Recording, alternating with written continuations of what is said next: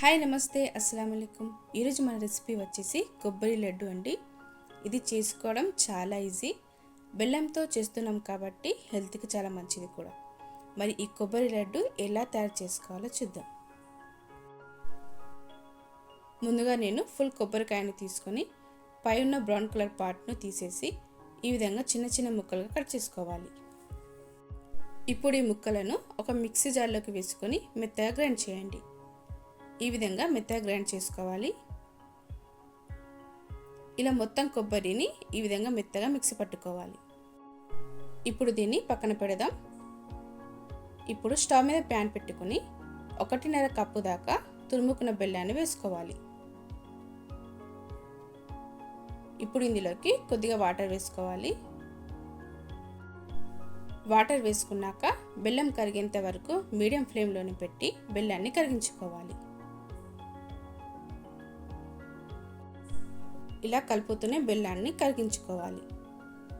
బెల్లం కరిగిన తర్వాత స్టవ్ చేసేయండి. ఇప్పుడు ఈ బెల్లం పాకాన్ని వేడిగా ఉన్నప్పుడే వడకట్టుకొని పక్కన పెట్టుకోవాలి.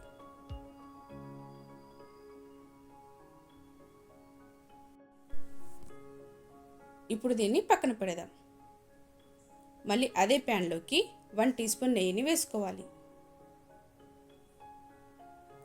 ఇందులోకి తురుముకున్న కొబ్బరిని వేసుకోవాలి.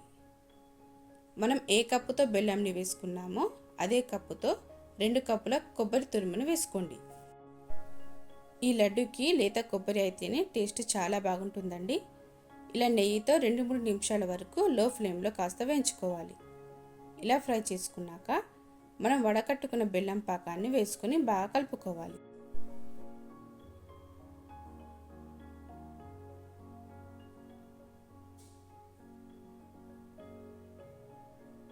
ఇలా కలుపుకున్నాక ఇందులోనే కొద్దిగా యాలకుల పొడిని వేసుకొని మంటని లో ఫ్లేమ్లో పెట్టుకొని కలుపుతూ ఉండండి. ఇలా ఓ 10 నిమిషాల పాటు కలుపుతూ ఉంటే ఈ కొబ్బరి అనేది దగ్గరవుతుందండి. మనం ఎప్పుడు స్టవ్ ఆఫ్ చేయాలంటే కొద్దిగా తీసుకొని చేత్తో ఉండ కట్టినప్పుడు చేతికి ఉండలా వచ్చిందంటే కొబ్బరి ఉండలు చేసుకోవచ్చు. ఇప్పుడు స్టవ్ చేసేయచ్చు. స్టవ్ చేశాక పక్కన పెట్టి కాస్త చల్లారనివ్వండి.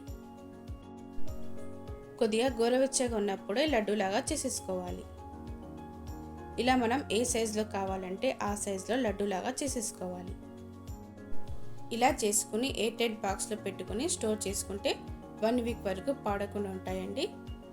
అంతేనండి, కొబ్బరి లడ్డూలు రెడీ. వీడియో నచ్చితే తప్పకుండా లైక్ చేయండి, నా ఛానల్ సబ్స్క్రైబ్ చేసుకోండి.